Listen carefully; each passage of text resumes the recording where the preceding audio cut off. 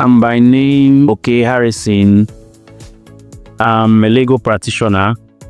Yeah, and I also have a PhD in security intelligence. So how do you combine real estate, being a lawyer and being a security expert together? Well, of course, being a lawyer, my core area of socialization is property law. So it has a whole lot of blend with real estate. So since my day one of being a lawyer, approximately 10 years now, I started up as a property lawyer. It's actually a group of company. We have subsidiaries. Okay, so the principal company is Big Real Property Consult Limited. That's the name of the principal company. So our first subsidiary is a multi-purpose cooperative society, which is Big Real Homes Abakaliki Multi-Purpose Cooperative Society, which is in charge of our homes, housing, construction, and all of that. Recently, we approved a 20 units of 2-bedroom extendable to 3 in one of our estates, Maverick City Estate. It is being overseen by Big Real Homes, is one of the subsidiaries. We also have Big Real Attorney, which is the legal aspect of our business, which handles general legal consultancy. And then we have the Real Estate Academy, Big Real Real Estate Academy, which oversees some professional courses. We don't also do the business of real estate, we also help people, educate them about what real estate is all about, help them to get some crash courses and special professional courses about real estate to help them in their journey of realty. You've been doing real estate for the past 10 years. Yes, sir. Give us a brief review of your journey in the real estate for the past 10 years. We started up as local agents.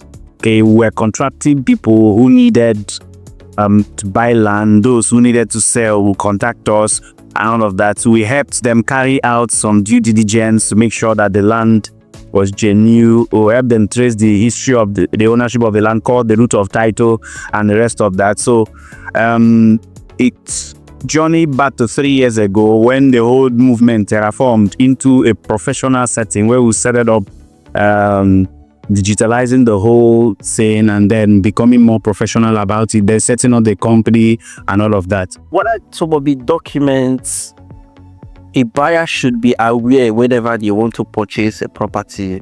There are various documents that could be used to transfer title to land. We have the deed of assignment, we have the deed of conveyance, and where insofar as it may apply the power of the irrevocable power of attorney.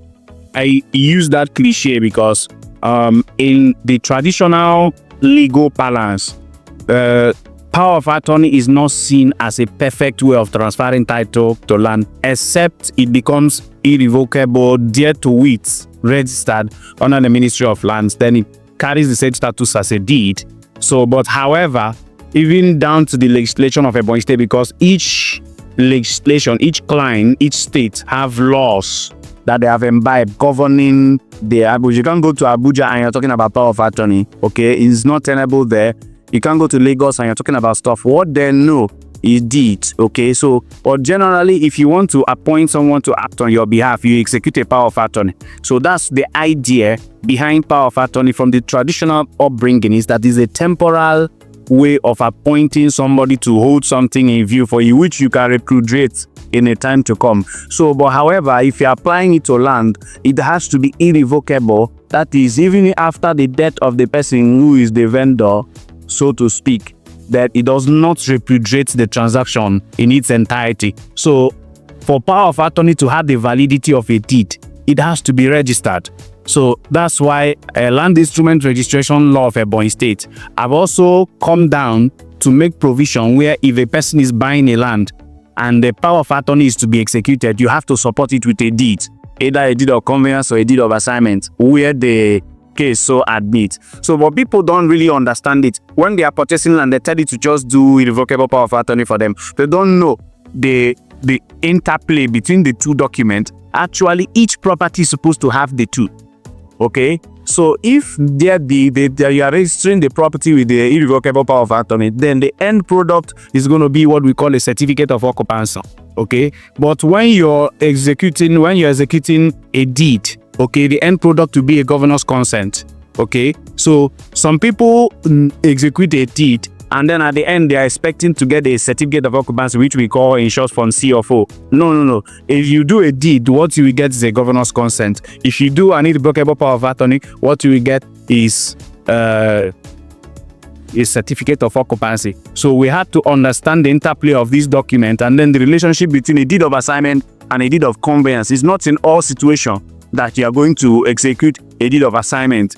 You are doing a deed of assignment where you are transferring the unexpired residue upon a property when there's an existing term and duration of ownership over a land. For instance, you have a CFO of a land which is about 30 years, and you transfer the title to another person and give deed of assignment, or the property is 50 plot and you are selling that out of the 50. You are giving the person deed of assignment. You are assigning a part, not the whole, because the property have one title holding the 50 plot. So you are selling 30. So you have to do deed of assignment, evidencing that you are not selling the whole property, which is joined by one title document. So you are selling a part of it. You use deed of assignment, not deed of conveyance. So if you use deed of conveyance, by implication, you are relinquishing the entire title to that document to the new purchaser. So you have to use, in that circumstance, a deed of assignment. It means you are selling in part, you are selling a part, or you are transferring the unexpired residue to the new owner. I think today I learned the difference between deed of conveyance and deed of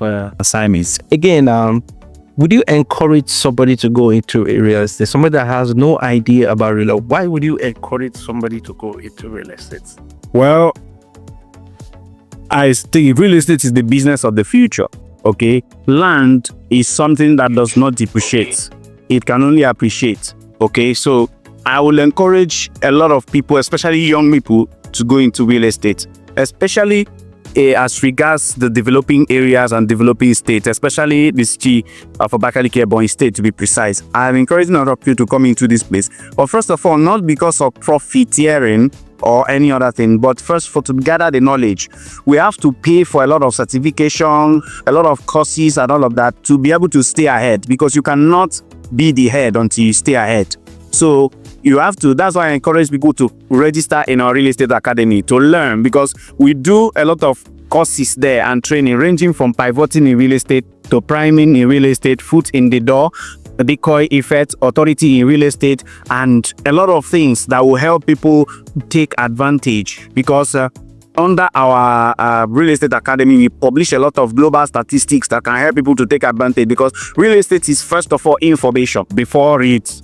Okay, what we sell is primarily information, not just land. So if you don't get a hold of that perfect information, global perfect information, you miss out on it. Because with that perfect information, you'll be able to do your calculations well, because we do a lot of calculation and arithmetics in real estate. And anybody who doesn't pay attention to those details, we jump in and jump out. So I will encourage a lot of people to come into real estate, because it is the business of the future. You said something about your academy.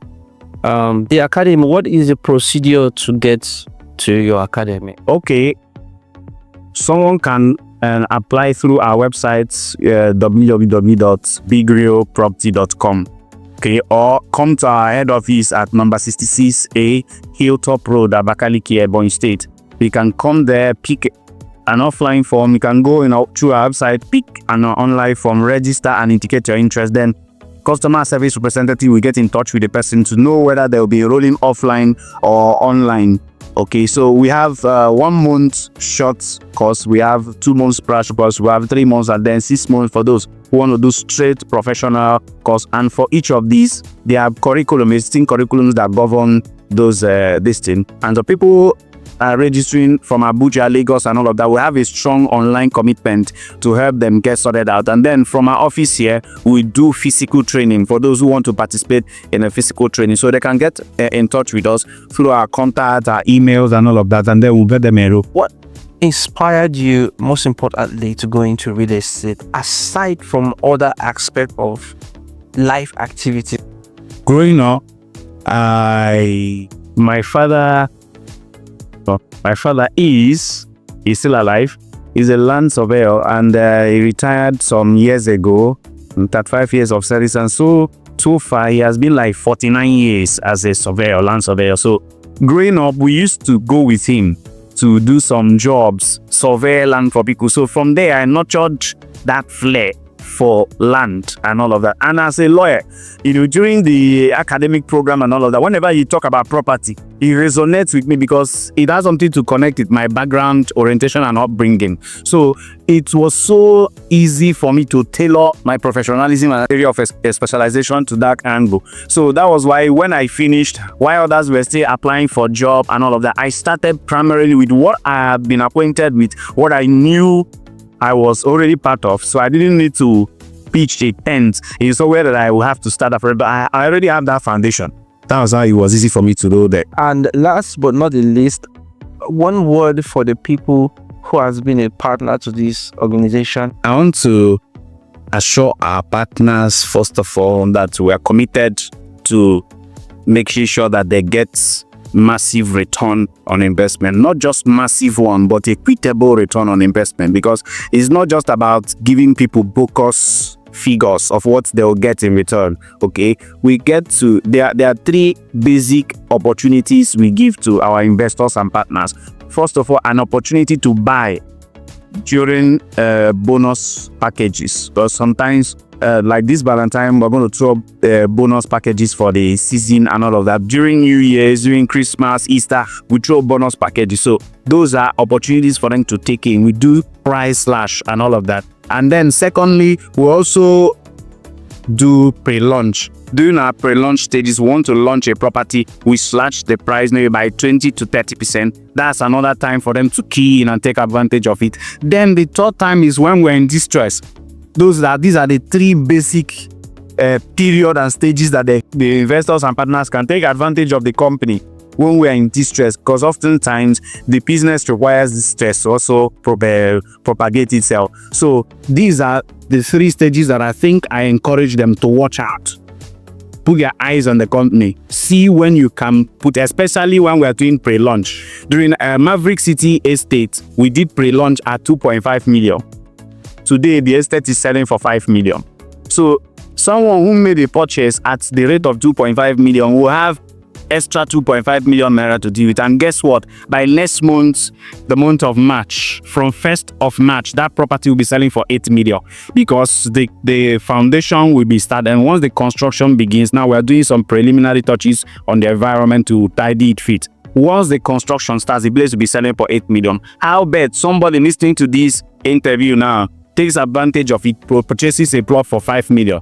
In the next 1 month, the person will have the liberty to sell it at 8 million, making an extra 3 million naira gain.